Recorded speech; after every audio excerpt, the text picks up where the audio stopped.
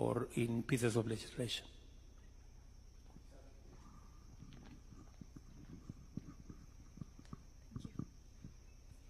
Hi, Mr. President. Thank you for having us. We understand that you've curbed public spending and increased taxes to pay off existing debt. I'm wondering if you could speak to how you made that decision, what trade-offs you've had to consider, and how you think that decision impacts everyday Kenyans today. I think you have been talking to the opposition.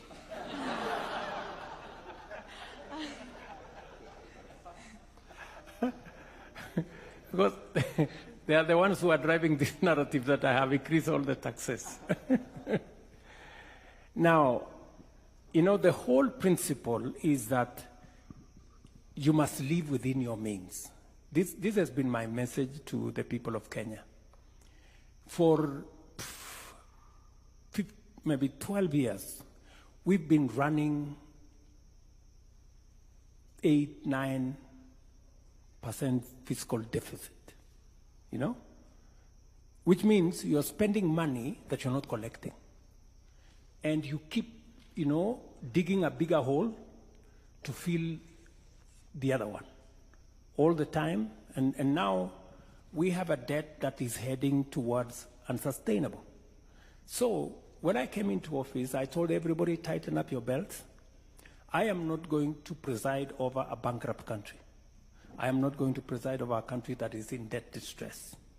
We have to cut our spending, you know, and there is no free lunch.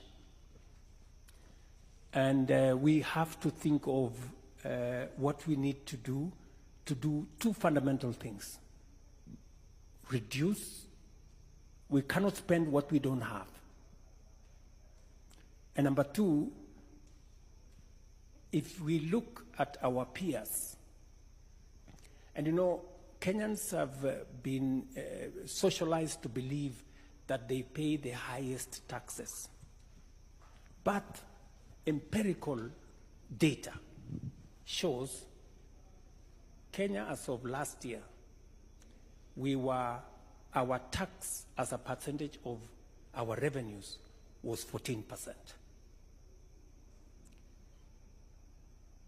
Our peers in the continent is on average between 22 and 25%, which means we are way below, our taxes are way below those of our peers, you know. And I'm not comparing ourselves with OECD countries. You know, countries like France are at 45%, you know, others are higher. So I persuaded and I made a case to the people of Kenya that we must begin to enhance our revenue. Because if we are a serious state, we must be able to enhance our taxes. So my drive is to push Kenya. Possibly this year we will be at 16% from 14%. I want in my term, God willing, to leave it at between 20 and 22%. It's going to be difficult. I have a lot of explaining to do. People will complain, but I know finally they will appreciate that the money we go to borrow from the World Bank is savings of other countries. We have to begin to live within our means.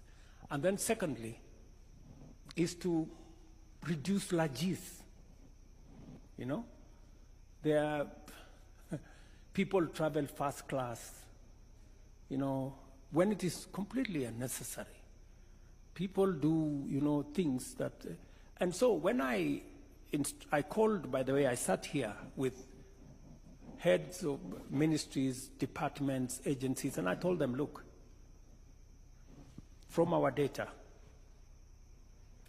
we can do with 30% less of our recurrent expenditure. And you know what? Everybody has gone and cut their recurrent expenditure by 30% and nobody's complaining. What does that tell you? That there was wastage. I mean, there was a place you could cut and still be able to manage to do things. So we are straightening up things. I am very proud of what we have managed to achieve. The one thing we have done is that we have pulled the country from the brink of debt distress. Our dollar, our exchange rate has stabilized. It had gone all the way to 167. It's come down to 130. Fuel had gone up, it's come down. Even today, fuel has been announced again to come down. Our exchange rates, our interest rates are coming down. We're stabilizing the economy because of the measures that I have taken. I took the decision, for example, that we cannot continue to subsidize consumption. When I came into office, we were subsidizing fuel. We were subsidizing very rudimentary things, and we were spending $15 billion. That is close to $150 million every month. And we were going to sink the country. So I stopped. I mean, there was a complaint for a few weeks, and then people started to understand we need to make some hard decisions if we have to get the country moving in the right direction. I can tell you, a year ago, if there was an election, I would have been thrown out. But today, the situation has changed. And going into the future, those who are making noise at me, they will be the ones clapping. That's what it is.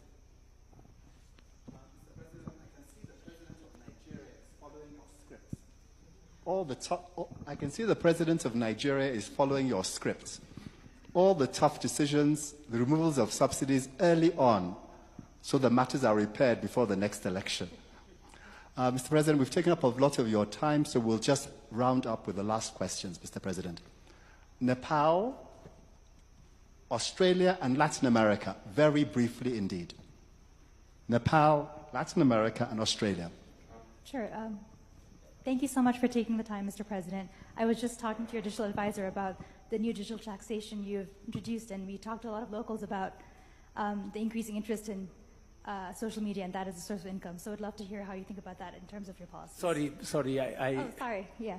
I didn't get you. Sure. Let me repeat. I was just talking to your digital advisor about the new digital tax that's been introduced, as well as a lot of local Kenyans about how there's an increasing interest in using social media as a source of income. So we'd be curious as to how you think about that in terms of your government policies.